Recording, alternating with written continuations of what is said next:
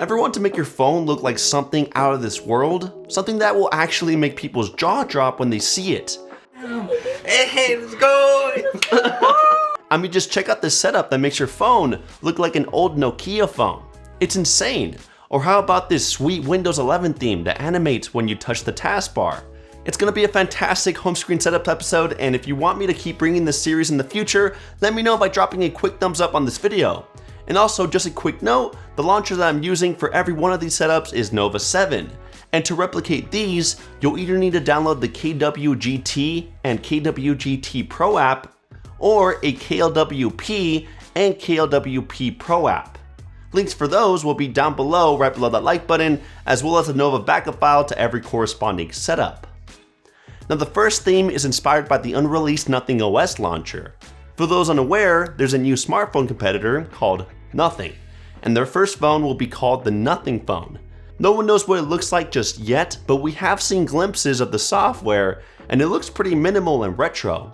So I recreated it on my Pixel 6 Pro, and it honestly looks a lot better than I expected. All the widgets are following this dot matrix motif, and I love that whenever I switch between a light or a dark background, the colors of the widgets also change between black and white. It's overall just a very minimal and seamless setup. To recreate it, I'm using 3 KWGT widgets for the main page. The top widget includes a dotted time and your next calendar event, and whenever you tap either one, it'll open the corresponding app.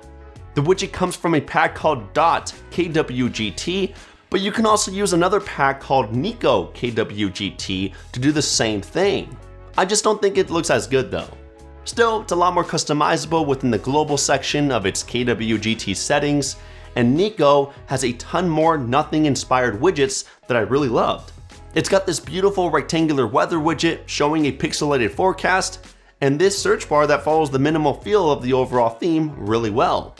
Within the next page, I just threw a slew of random Neiko widgets. You've got a squarish music player, a nice picture frame, and this awesome YouTube widget to help me keep track of my subscribers and overall views. You can honestly swap these around though, since Neiko has so many distinct widgets to choose from. And for the wallpaper, I just used the ones that came from Neiko as well.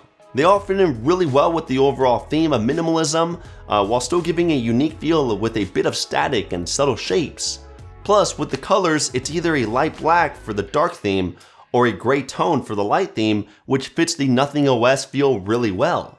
Next is a Windows 11 makeover. I have 2 alternative setups. The first one was shared to me on my subreddit page by a user called Zephy Setups, and it's solely using KWGT widgets. So no fancy animated menus that open up or close, but it still provides a ton of options on a single page. Pretty much every single icon on here will open up an app or action. The weather widget at the top comes from a pack called Eve KWGT, and all I modified were the corners to make them sharper. The widget down below with all the apps and the taskbar widget both come from Square KWGT. These I also didn't really modify that much. All I did was add my name and change the profile picture within the giant apps widget. And for the taskbar, I had to make sure that my system nav bar was hidden and that there was no padding within Nova Launcher so that the taskbar could reach the edges of the screen. On the other hand, this alternative Windows 11 setup feels a lot more like a desktop. It's all centralized around this taskbar, which opens up menus and windows when tapping on certain buttons. The start button will bring up a list of your favorite apps, which you can change within the KLWP settings. The search icon will launch Nova's search engine, and the widgets icon brings up a calendar panel with all your events for the day and a weather panel for the forecast. And when tapping on the time, your app drawer will slide in. Plus, I even love that you can even switch to a dark theme where the menus, taskbar, and even the background get darkened. Just a simple menu within the global section of its KLWP settings will get the job done. It's pretty simple. And it even leaves room at the top to include extra widgets, and you can add multiple pages without affecting the KLWP background. Before moving on, I wanted to thank Anker for sponsoring this video. It's really sad that a lot of phones nowadays don't come with a charging brick, and it can't be frightening to choose a third-party one because who knows if the one you buy will even support your phone's fast charging speed. That's why I turned to Anker, because they sell some of the best and most reliable chargers on the market. And I'm not just saying that because they're the sponsor. I genuinely think their chargers are fantastic. My favorites are their Nano Pro, specifically the 511 USB-C charger, which supports up to 20 watts, and the newly upgraded version 521 charger, which comes with 2 USB-C ports and maxes out at 40 watts. So what's so great about these chargers anyways? Well, for one, they're extremely reliable with enhanced protection, and they can charge almost any device out there at very high charging speeds. So no matter if you want to juice up your Android, iPhone, iPad, MacBook, etc., the Nano Pro will get the job done even at high charging speeds. With the 511 charger, I was able to charge up my iPhone to 50% in just 25 minutes. They're also extremely tiny, so you can fit them almost anywhere. The 511 model, for example, is 45% smaller than the iPhone's original 20-watt charger. They're fast, reliable, compact, and have a premium design. Why wouldn't you want to get one? So go ahead and toss out that old charger and treat yourself with Anker's more powerful Nano Pro. I'll drop the link right below the like button. Next, we have these 2 Nokia themes that will make your phone look and work like an old Nokia phone. The tiny displays are interactable and look exactly like the Nokia OS. The first setup brings up menus with all your favorite apps and information, while the second Nokia setup, known as the Black Edition, takes it a step further by also allowing you to pull up your media player, weather forecast, and you can even check any future appointments. The best part about the Black Edition though is that when you're in the lock screen, the Nokia screen has a black-green tint to it, giving the impression that it's off until you unlock the phone. Now that's next level. As for the buttons, the top 2 are used for navigating the Nokia interface, the middle square will launch your app drawer, and the other keys will open up the corresponding apps. The only keys that don't do anything though are the keypad. It's a super cool theme that's really fun to play around with, and of course anyone that sees your phone will be mind blown. Plus applying it is very simple, but it may be annoying to apply for certain phones.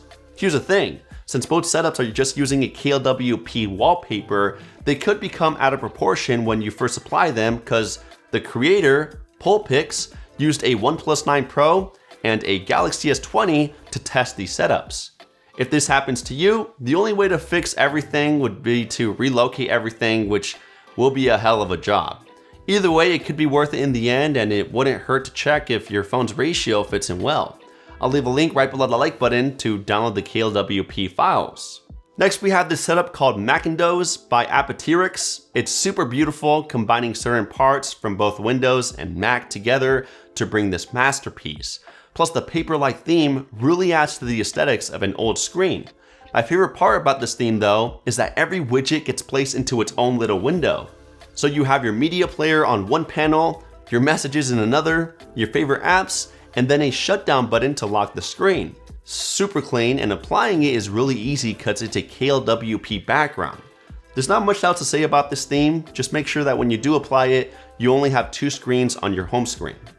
Finally, this last theme I found within the HowToMen subreddit page by Jerry Gupta. It's the perfect setup for anyone who wants everything on the front page with an MIUI style. You can control your music while glancing at the weather forecast and seeing how much you've walked. There are also custom buttons to launch certain apps like the calculator, browser, etc. And it takes full advantage of the page really well. It's also a completely free theme that you can use thanks to Jerry since he provided all the necessary KWGT widgets. And you can even choose between a roundish squares or circles for each icon and widget. For the wallpaper, I just found one online that was completely black because sometimes a setup doesn't need a background to look good. Anyways, those are the best home screen setups for early 2022. I hope I was able to spice up your home screen one way or another, and if I did, please drop a thumbs up. It will also let me know if I should continue this series in the future for you guys. Also, if you're not subscribed yet, please do so. I promise you won't regret it because quality videos like this are a weekly thing on the channel and you're not going to want to miss out. Lastly, if you think you have a sweet looking setup, go ahead and post it on the HowToMen subreddit, and if I think it's spectacular, I may show it off in the next episode and even shout out your name. Either way, thank you for sticking to the end, and I'll catch you in the next one. Kapow!